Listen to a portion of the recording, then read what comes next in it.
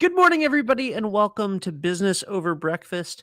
My name is Ben Barber, and unfortunately, Lori Jatari from Visual Thrive in Shop Local, Rhode Island, who is normally the co-host of the show, is not with us today. She is currently, as I'm sure many of you know, because we've mentioned it briefly on the show, she is currently in Florida with her family, caring for her mother, and my thoughts are with you, Lori, and I know that you're doing a wonderful job down there. So we will see you hopefully next week.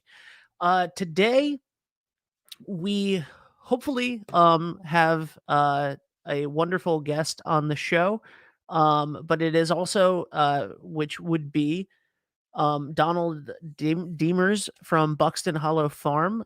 So hopefully that comes through. But it's also the last Tuesday of the month, which means it is time for us to answer your questions about marketing, digital marketing, anything like that, any sort of questions that you might have. So if you have any questions, please feel free to ask them in the comments below. And I'm going to put up a nice little banner here to let you know. Have questions? Ask in the comments. All right. And I actually got some questions beforehand from some local business owners.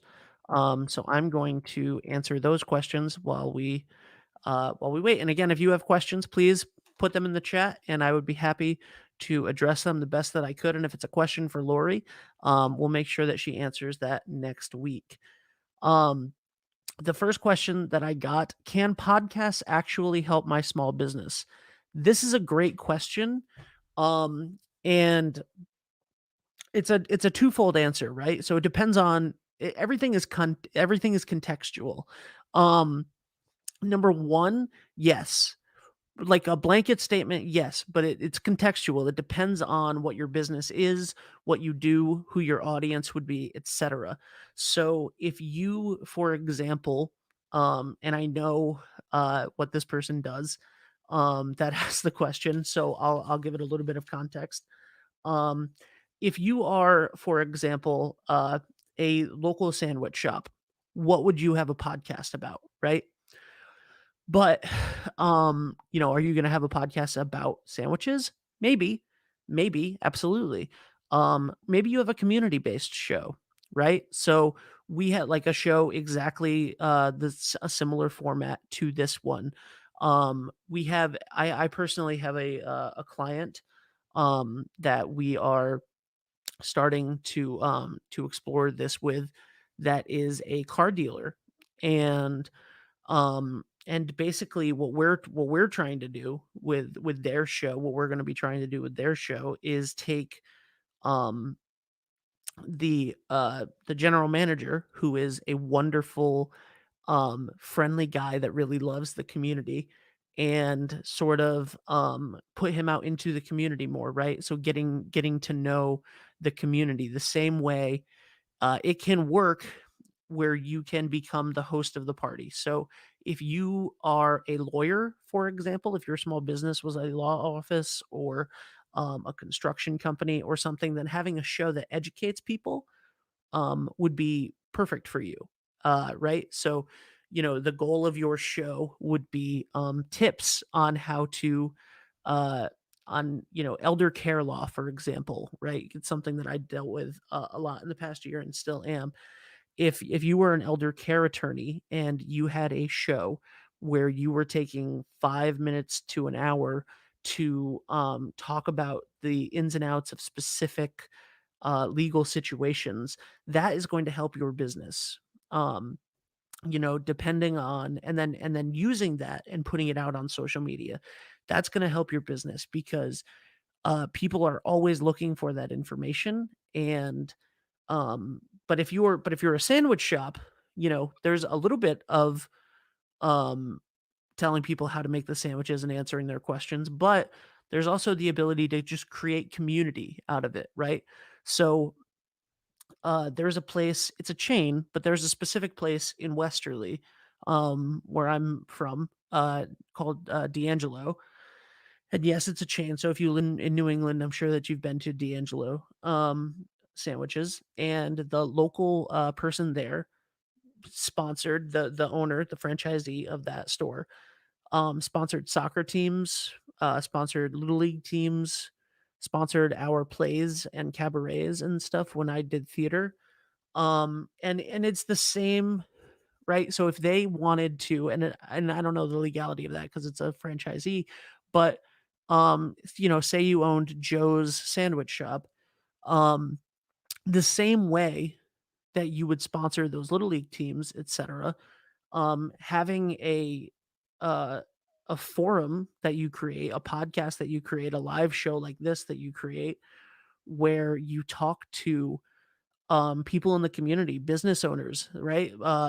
Organization owners. You know the kids that do little league. You know the coaches.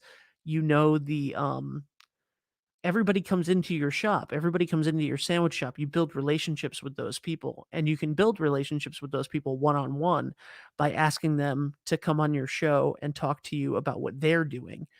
So I think that podcasts can help in two different ways. Number one, if you're an expert about something and sharing that knowledge would help grow your business. That is one way that a podcast would work. Number two, if it's adjacent to your business, there are beer companies right now that have 5 or 6 podcasts based around trivia, right? There are beer companies that have podcasts based around sports, based around trivia, based around all of these different things that you would um, drink beer around, right? Look at Dave Portnoy from Barstool Sports. One of the biggest things that they do are these pizza reviews. Intrinsically, a pizza review show has nothing to do with sports, but it has everything to do with sports. It has everything to do with that crossover audience. And just him not talking about sports, but going to different pizza places all around the country, getting a full pizza, eating a slice of it, and giving it a silly rating that is way too tough and way too specific is captivating. And if people don't know what Barstool Sports is, but they like pizza, he's taking the bet that enough of those people like pizza, like sports, right? And will follow the brand.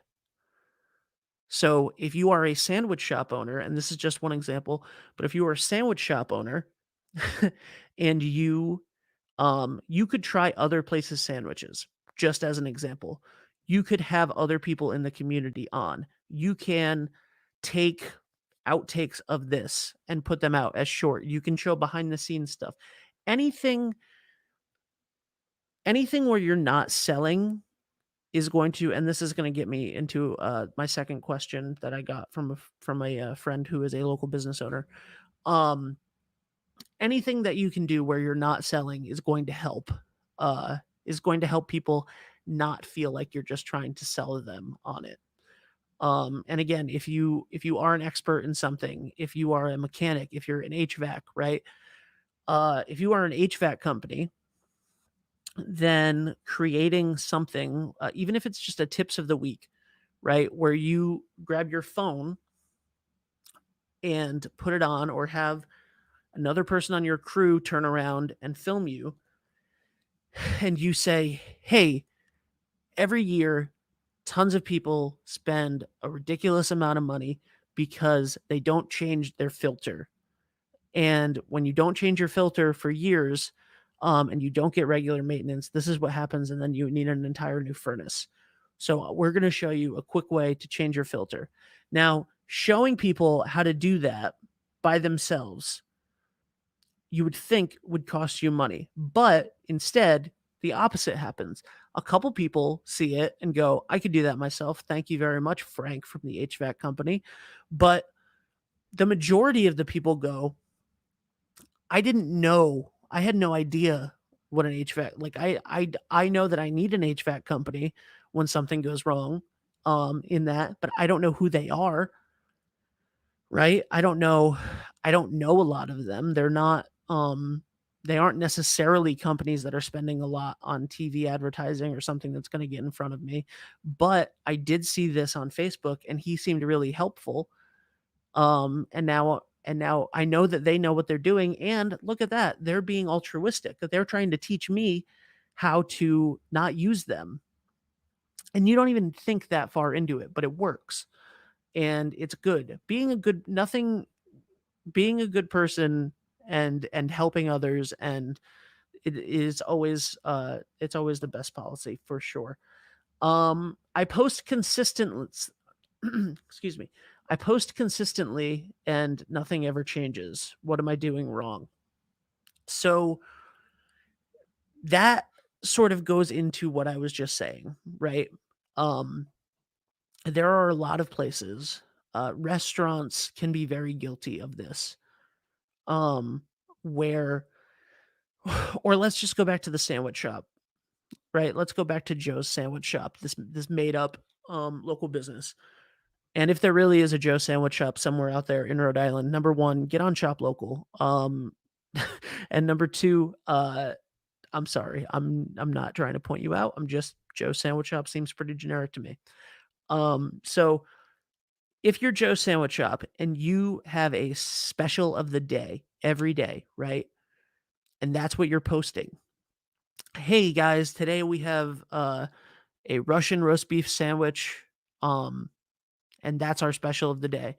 And then on Thursday, you post, "Hey guys, today we have a cheeseburger grinder." Friday, you post, "Hey guys, today we have a tuna melt." Saturday, you post, "Happy Saturday. Thank God it's the weekend. Come get our Italian grinder."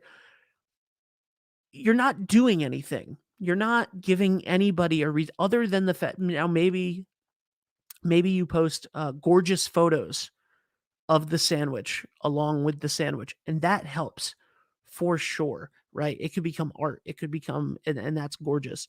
But but if there's nothing else, right? If you're literally just writing up a if you literally just have your special sheet and you just take a photo of it with your cell phone and then put that out every day, and you're like, "I don't know what happened. Google said I should post once a day, and I'm posting once a day. We're posting the specials. We get 1 or 2 likes on it. Occasionally, people come in and say that they saw the special on Facebook, but it's not moving the needle, and I feel like I'm doing what I'm supposed to because I'm posting every day." That's true. You are posting every day, and that's nice, but creative is the variable of success when it comes to this, right? And while that's important, if you have a sale on something, it's important to promote it. It's obviously important. Sales is an important part of everything, especially on social media. But um the you're losing the opportunity to build brand. You're losing the opportunity to take something um and there's a when I was so I used to work at Subway, and again, this is a this is a situation where this is a franchise, so this wouldn't have necessarily worked in this specific situation because of the rules of that franchise. But I worked at Subway throughout high school and a little bit before, and a little bit after, I mean, and I my personality was something that got a lot of attention from customers, from the reps, the regional reps that would come in. And I'm a bigger guy, and the big thing was Subway was healthy and was weight loss, and that was what in the early 2000s, mid 2000s, that was really the focus of everything. So the owner of the Subway that I worked at said, um, "I will give you free Subway every day if you document it, and I will hook you up with a free personal trainer, and if you document that you've eaten Subway every day, and we document your weight loss. And your personality is gonna sell that, right? Now, that was before the social media explosion. That was before Instagram. That was before vlogging. Um, if we had done that now, obviously that piggybacked on the popular, spokesperson at the time who will not name, but, um but if that documentation had been done during that fun journey of an employee, right? If that had been done there, and I had a smartphone in my pocket, and I could take photos of myself at the gym, or little videos of myself at the gym every day, or photo evidence of the sandwich that I was eating, and to post it on Joe Sandwich Shop's, Instagram, on their Facebook, and told that story, that storytelling, that long arc storytelling, more people, right? Now, as it was, there was a newspaper article written about me.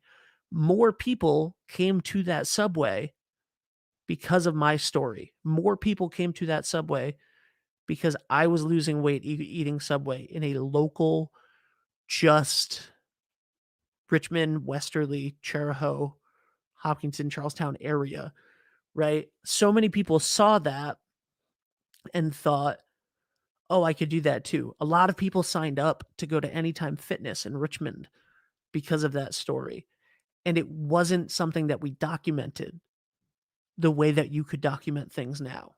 That's one thing, right?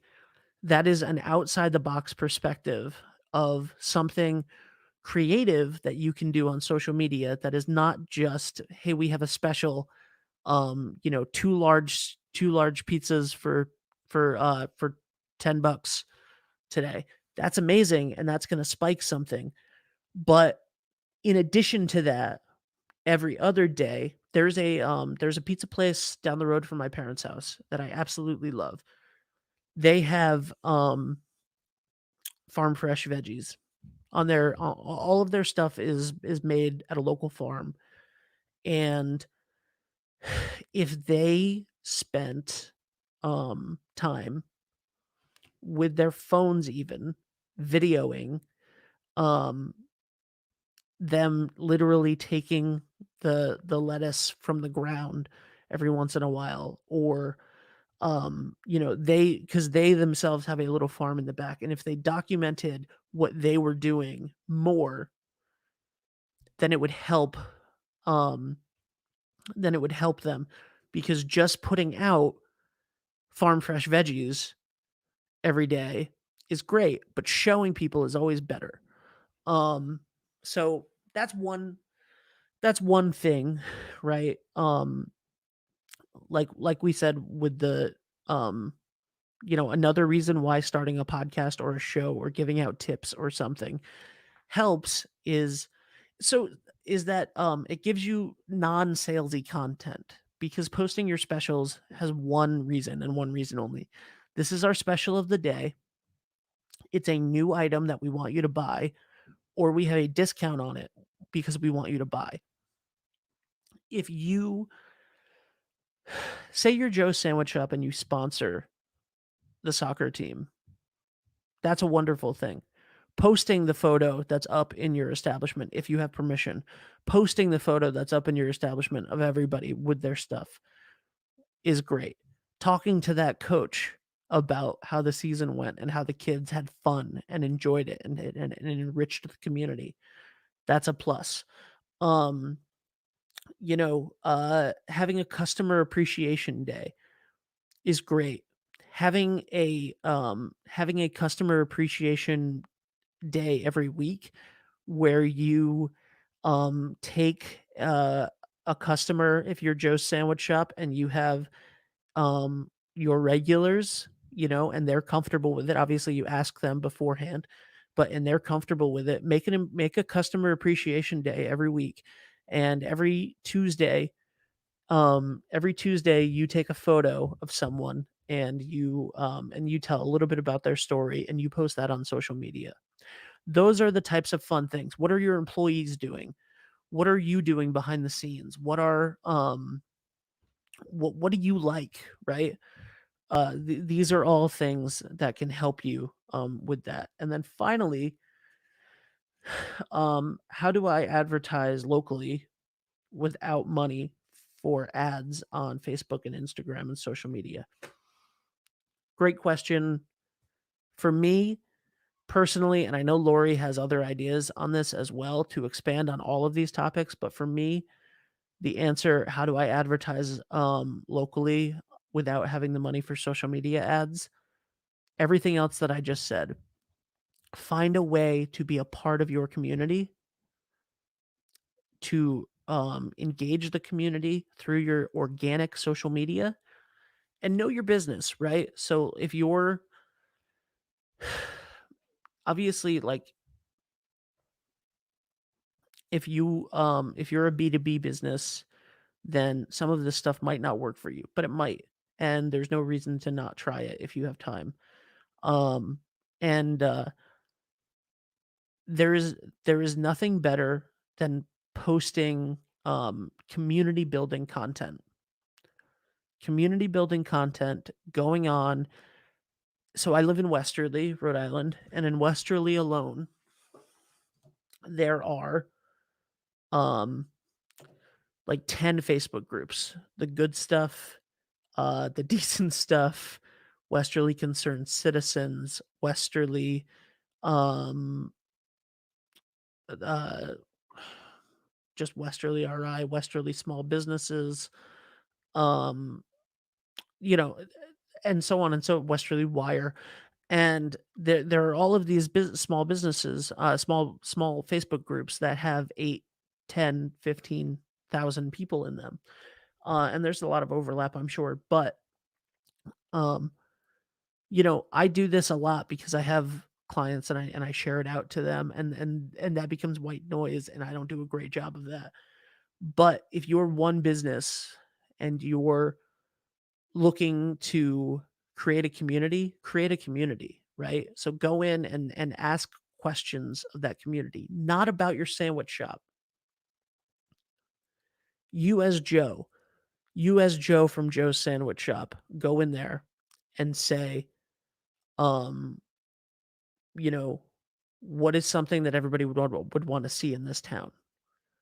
What is hop in on conversations, add something creative, add something important, bring value to the conversation that other people are having, right? If somebody asks what the best restaurant in town is, don't necessarily just jump in and say, "I really love Joe's Sandwich Shop." Um, but you can jump in and say, "Oh, I love," um, I'm gonna say 84 High Street because it was a restaurant in town that everyone loved, and doesn't exist anymore. So it's safe to say, "I really love this place." I really love this. They have great food, they have great ambiance, and then everybody else pops in, "Hey, yeah, no, that's a great idea. That's a great idea." And then you continuously build that up, and then eventually people know, "Hey, you're Joe from Joe's Sandwich Shop. Hey, I like you. Hey, you sponsored that local soccer team. Hey, you talk to the other businesses that I know that I'm friends with. Hey, you you helped out on the Alzheimer's Association's walk, and that meant a lot to me. Hey, you helped out with the Relay for Life. Hey, um, you know, b- if you don't have money, then the best thing that you can do is give your time and be thoughtful, right? So that's kind of would a podcast work for me? Yes, if you're thoughtful and creative about it. I post constantly, but nothing changes. Be thoughtful about what you're posting and do things that aren't just sales related. I don't have money to spend on paid advertising.